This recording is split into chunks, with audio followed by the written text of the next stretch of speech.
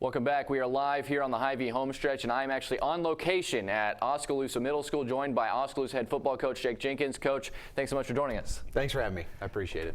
You are obviously a busy guy. That's why we're here in your classroom, and we've been here and done some interviews here as well. But it's always fun at the beginning of another school year to meet some new kids, not only in the classroom but on the football field.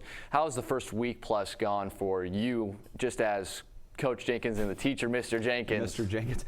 Busy in a good way, though. I tell people all the time, we're busy, but it's fun. I'm getting to know my I have eighth grade students here, so I have eighth graders all day, getting to know them, have a really good group. Excited about that, a lot of positive things. They're excited to be back.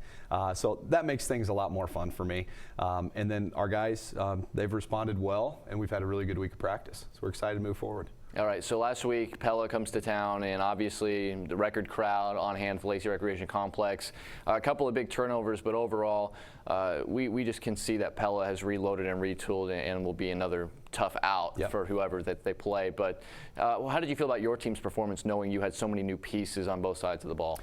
People ask me, it's funny, my kids in class, going back to class, they asked me, did you yell at your guys after the game? I said, there really wasn't a lot to yell about. They gave great effort. They did their best. There's just a lot of new faces out there, a lot of new positions, and so they really just need to learn what that game speed looks like. And against Pella, it's going to be a fast game speed. So they're getting used to that varsity feel and a lot of new checks, a lot of new things going in, and so they're getting used to that. This week has been a little bit different because you've got a full week, not only of school, but you also have an opportunity to take a look at some film from everyone and be able to see what your guys look like on the field in game. It's not a scrimmage, not a practice. You also get a chance to take a look at what your opposition is going to look like. I'm sure Pella came out with a much different look than everybody was expecting from them. So with Grinnell on tab, it's been a rough couple of years for them. You have a guy at quarterback in Seth Howard that knows that team very well, as he played for Grinnell last year. But a team that has struggled. You're a guy that still approaches every game the same. You want to, for sure. You don't want to leave anything off the table of discussion. So, what has been the preparation this week, being your first normal week in the middle of the season? Well, it's, like you said, it's been more normal, which is nice. We got to break down. They played South Tama, and so we have that film in the pool, and they have our film too. And so we'll be able to break them down formationally from a defense perspective. I can look at their formations, and we can tell our guys this is what they're looking to do out of this pro set, 21 personnel, and with this what they're doing out of doubles.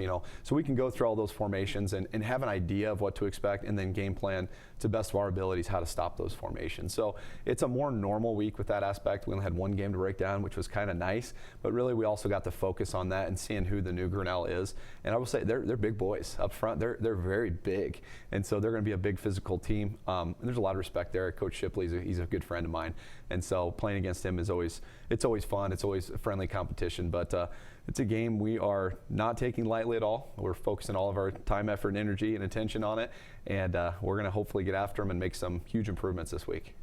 Grinnell is not in your district. This is the last time you're going to see somebody that's not in your district. Correct. I talked to Coach Jay McKinstry last week, and he said, as much as we'd just like to keep this winning streak going, more than we want to do that, we just want to be able to see what we have and be able to make adjustments for when the games really start mattering in week 3 and beyond. So what are you hoping to see from your team so you can do some last-minute tinkering and adjustments before Fort Madison and district play opens up here in week number 3? I'd say overall improvement. You want to make those steps. We talk about between week 1 and week 2 and having a true game week 1. I'd like to fix a lot of those mistakes. Alignment issues, guys lined up in the wrong shades, and if they're linebackers that are apexed, if they're in the right spot, and offensively too, are we lined up right? Are we coming inside the numbers before we go and get set? Do we have anything extra? Equipment issues. There was a lot of penalties in the first game. We need to fix a lot of those that were our fault, So if we made mistakes, let's fix them, guys, and let's move forward. That's our whole motto. And so we're really looking forward to having a cleaner game on both sides of the ball and just fixing a lot of those mistakes we made the first week. You guys did fall behind, but it wasn't until the second half that you kind of felt pressure that you had to start moving the ball a little bit faster than you were in the first half. That put the ball in the hands of Seth Howard a little bit more in more pressure situations. He did have the big interception on that slant pattern late in the second quarter, but overall, what did you see from him in his first actual game action as an Indian? I saw a lot of good things. I thought he was a good leader. I thought he handled himself well. It's not easy going against the opponent we went against the first game, and I thought he did a good job carrying himself and making things happen. So I was excited for that. And then things went south. I was watching him closely and watching other guys closely. And, at the end of the game, we go out, shake hands, good luck the rest of the year. Let's try to be first class all the way. And then we run back in the locker room, and then that's where we kind of take the deep breath, and then we talk. I thought he handled himself as a good leader, and I thought he did that well. So I'm not disappointed in the way that he handled himself at all. We talked about the excitement that you had, especially for the front that your defense had. Yeah. Your defense did not have a bad game, especially in that first half of tackling the football, but it seemed like their bruisers, once you made the adjustment on Avery Van Zee, which was noticeable, and Coach McKinstry didn't necessarily take him out of the offense, but he wasn't the factor he was after the first quarter. What was giving you trouble with those fullbacks? Because they were utilizing about 3 different bodies that were able to kind of attack between the tackles. What were you seeing with the way that they were running and trying to overload one side of the field? Well, in the years past, they use their quarterback to run a lot, and we just got a completely different look. And in the second quarter, we saw an unbalanced set, and then unbalanced set when they were on the goal line, they scored. And so we were adjusting to that unbalanced set, whether it's shifting or completely doing a different front against them. So we were figuring it out and adjusting kind of on the fly, just as they were adjusting to us on the fly, I'm sure, to new things we were doing. So it was really that unbalanced look, really overloading. It's a numbers game. If they have the numbers on the outside, they're going to run there, and they had some success. So we had a couple of answers for them, and we'd send it at them, and we'd see how that would work, and we'd try some new things. It's kind of an experiment to see what works best.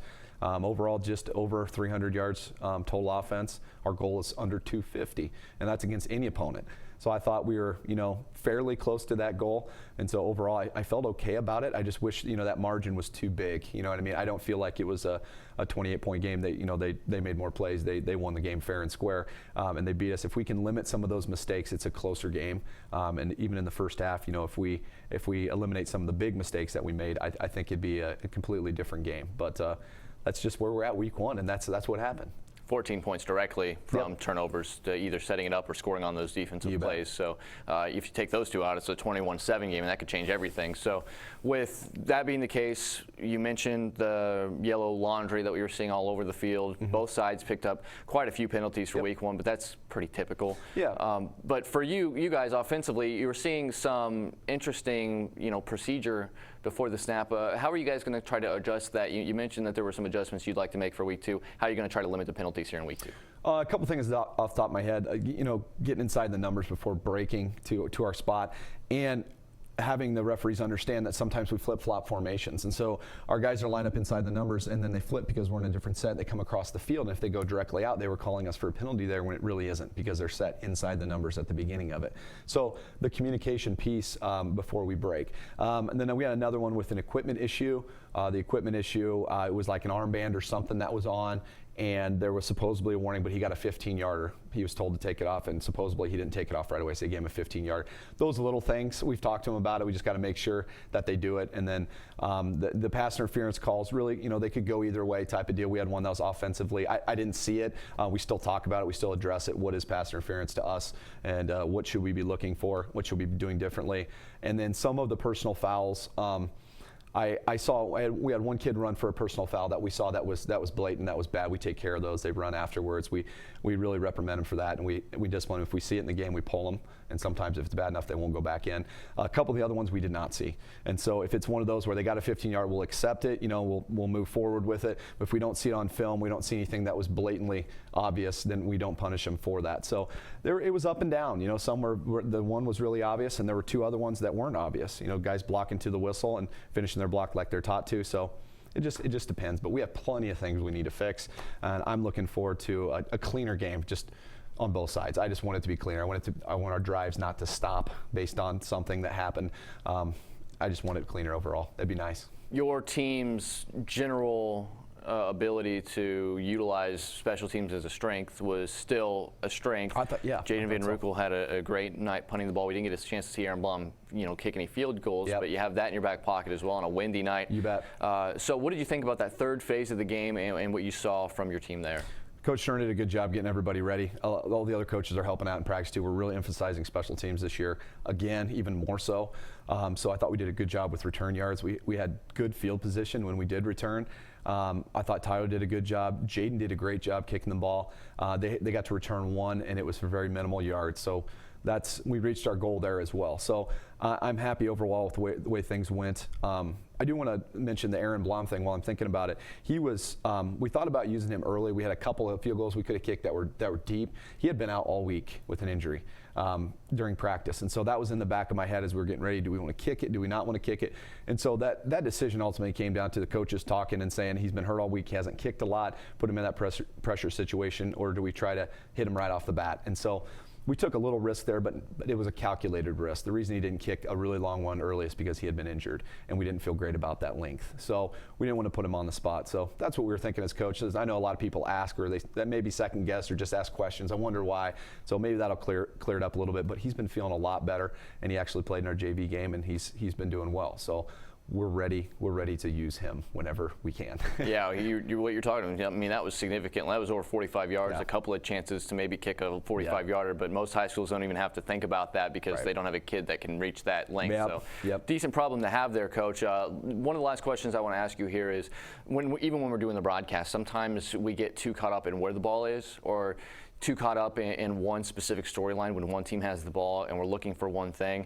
You get a chance to kind of go through with the coach goggles and figure out who may have had good games that we weren't able to really see. So who are a couple of guys that really stood out to you from week one that maybe didn't get their share of eyeballs on them or didn't get a chance to get said too much in our week one broadcast? That's a really good question. I've said it over and over to our coaches, and when we talked, our captains. I mean, our captains stepped up in a big way, and it's funny who your captains are, as they're your leaders, but they all had good games. So Blake Van Veldhuizen on line of scrimmage, I think was probably the best player on the line of scrimmage. I mean, that's a big statement, but he really had a pretty good game up front. Then we also have Alex DeYoung on the perimeter. I thought he played pretty well overall. He's really a tough-nosed kid. And so with those guys, Jared Cruz is also another one. Cruz went both ways. I kept asking him over and over, are you tired? Do you need to come out? Do you need a break? And he's a man of few words, but he was like, Coach, I'm fine, and I'm going to be fine the rest of the game. You don't need to ask. I'm going to play every play until this thing is over. Really had a pick six. You know, that was another questionable call there. Did they get a timeout called before it? Well, they snapped. They had time to read a screen and throw a screen, and he had a chance to pick it. I mean, that was a really, really late whistle. I'm a little frustrated by that because Cruz had a pick six. So that would have been huge. Coulda, woulda, shoulda type of deal. Tanner DeCock was the other one too. He was our black shirt of the week. And so he got guys lined up. He played really, really hard. He didn't complain. He didn't point fingers, and he played well on offense too. So our captains did what we expect them to do, lead vocally and by example. So I'm excited for those four guys, and I know they're going to continue to do it as long as they can. Coach, last question for you here. When you talk about this week's game and you know the opponent is a team that you did beat last year, a team that you hope you can go on the road and beat again this year, you're still looking for a few guys to maybe elevate to that spot that we'll be talking about them at this time next week. Who are some guys that you think are primed for a big game that may not get a whole lot of love coming up on Friday night? That's another good question. I'm going to stick with offense this time because I'm so defensive minded. So let's look for Seth Howard to have a big game. Let's look at Casey Hill on both sides of the ball. And I'll even throw out a young kid, Tyler Miller. Let's see how those three guys do. I expect them to step up in a big way, and I expect them to do some good things. Coach Jenkins, always fun talking to you about your football team. We're excited to see how things go. Of course, people can check out the broadcast this week, and that is going to be one of the things that is impressive about Oskaloosa is the fact that we're going to be traveling so many people and fans that'll be checking out the game as well. So as we do that, be sure to check out the broadcast coming up on Friday night. You can watch it live on MCG Channel 7 as well as RadioKMZN.com. And also, you'll be able to listen to it live on 99.5 FM and AM 740 KMZN, and of course on the KMZN mobile app worldwide. Coach, thanks so much for joining us, and good luck Friday. Thank you very much. All right, we will be back. Come back with more on the Hy-Vee Homestretch here on the No Coast Network.